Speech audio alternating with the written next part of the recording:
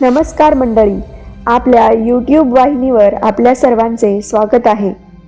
आज आहे अंगारकी संकष्टी चतुर्थी. त्यानिमित्ताने आपण अंगारकी संकष्टी चतुर्थीची व्रतकथा ऐकणार आहोत. आजचा हा दिवस अतिशय पवित्र आहे.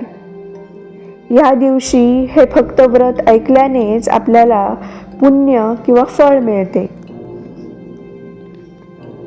अंगारकी संकष्टी चतुर्थीचा आज आपण ऐकणार आहोत. अंगारकी संकष्टी चतुर्थी व्रताची पवित्र कथा, जी कथा ऐकल्याने, व्रत केल्याने श्री गणेश आपल्या जीवनातील सर्व अडथळे व संकटे दूर करतात. तर चला ह्या पवित्र अशा व्रत कथेला सुरुवात करूयात. पूर्वीच्या काळात एका नगरात एक गरीब पण अतिशय श्रद्धाळू ब्राह्मण दाम्पत्य राहत होते.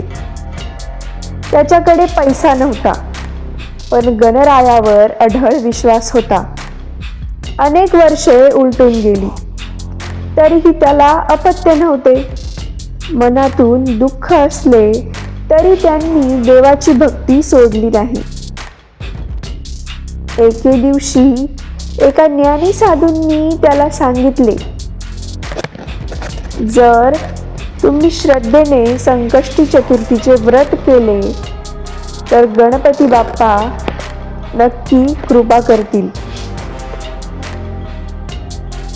म्हणजे बघा, यावरूनच आपल्याला कळते की संकष्टी चतुर्थी किती पवित्र आहे, तसेच किती प्रभावी आहे. आता पुढे ऐकूया. त्या ब्राह्मण दाम्पत्याने प्रत्येक महिन्यात कृष्ण पक्षातील चतुर्थीला उपवास करून रात्री चंद्र दर्शनानंतर श्री गणेशाची पूजा सुरू केली.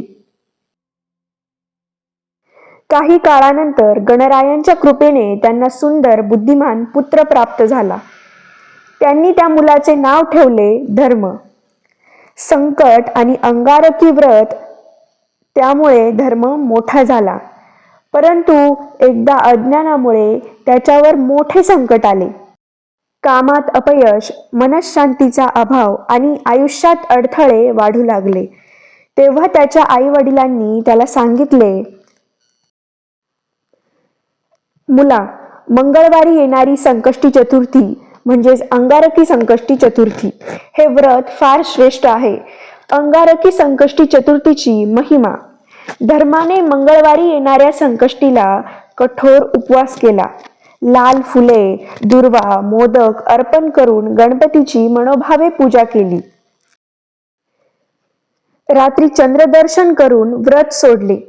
तेवढ्यात श्री गणेश प्रसन्न झाले आणि त्याच्या सर्व संकटांचा नाश केला.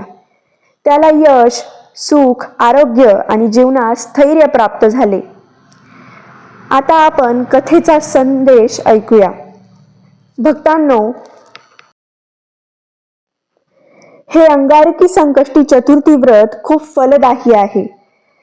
या दिवशी व्रत केल्यास मोठी संकटे दूर होतात, मनोकामना पूर्ण होतात, कर्ज, आजार, अडथळे कमी होतात, श्री गणेशाची विशेष कृपा प्राप्त होते.